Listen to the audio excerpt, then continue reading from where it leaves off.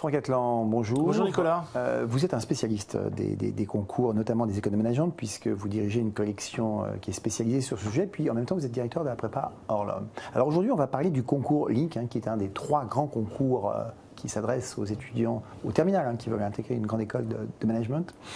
Est-ce que vous pouvez en quelques mots nous résumer les épreuves du concours Link? Tout à fait.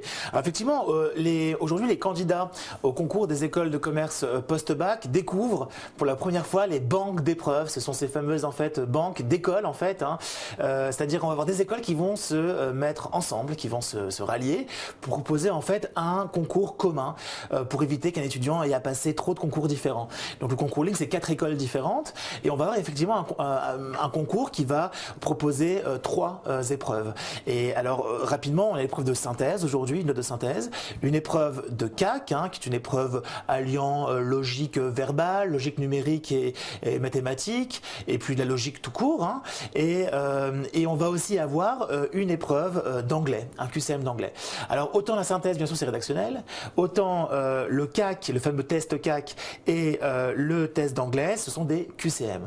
L'épreuve de synthèse dure 2 heures, l'épreuve du CAC dure 1 heure, et l'épreuve d'anglais dure 1 heure. Donc un concours finalement qui peut être terminé en 4 heures. Si on s'est bien préparé au concours Link, est-ce que pour autant on s'est bien préparé aux 2 autres grands concours que sont Sésame et Accès? Bien entendu.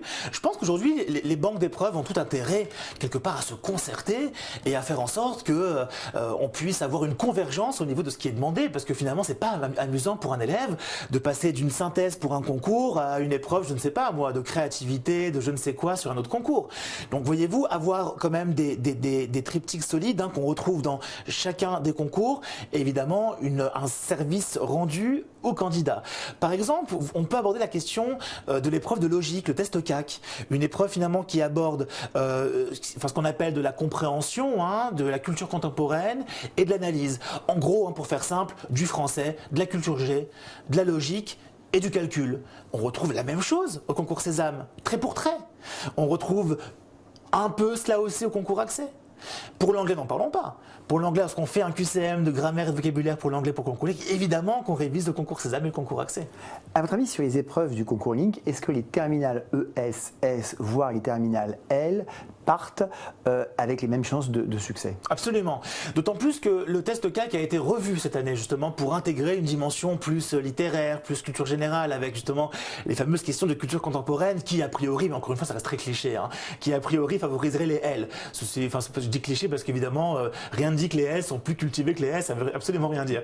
Mais ce qui est sûr, c'est a priori il y a quand même un vernis qui est quand même plutôt rassurant pour les élèves, il faut quand même les rassurer aussi, qui fait que a priori on a autant de chances de réussir le concours quand on vient d'une terminale LES que lorsqu'on vient d'une terminale S, bien entendu. Alors pour conclure, peut-être un petit conseil pratique pour préparer ce concours dans les meilleures conditions? Oui, le plus tôt et le mieux. Ne pas hésiter, bien entendu, à s'entraîner, à bachoter, à faire plein de questions. Les plus de 1200 élèves qu'on a à la prépa s'entraînent chaque année sur plein de questions. C'est pour ça qu'ils arrivent bien préparés au concours et qu'ils réussissent très bien leurs épreuves. Je pense que plus on fait de la logique, plus on fait des QCM d'anglais, plus on fait de synthèse et mieux on réussit, bien sûr. Mais pas de stress, ça reste quand même des concours très accessibles. Très accessible, et d'autant plus que on va avoir l'épreuve quand même d'oral, dont je ne sais pas si on a quelques secondes pour en parler. Mais on a. Alors ce que je peux rajouter peut-être, Nicolas, c'est le fait qu'effectivement pour le concours Link, ce qui est assez original, c'est que l'oral, on le passe dans la foulée des écrits.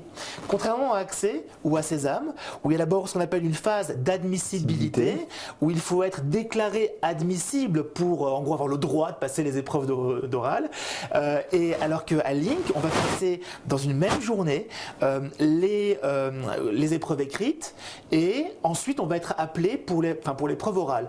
Mais les notes obtenues aussi bien aux 3 épreuves écrites qu'à ou aux épreuves orales vont faire un espèce de un ensemble, merci, qui va donner lieu à une moyenne. Donc quelqu'un par exemple qui serait un peu déficient sur la synthèse ou sur l'anglais peut très bien rattraper sur l'oral. Ce qui n'est pas forcément le cas pour Accès et pour Sésame. les autres concours. Franck Atlan, merci. Merci.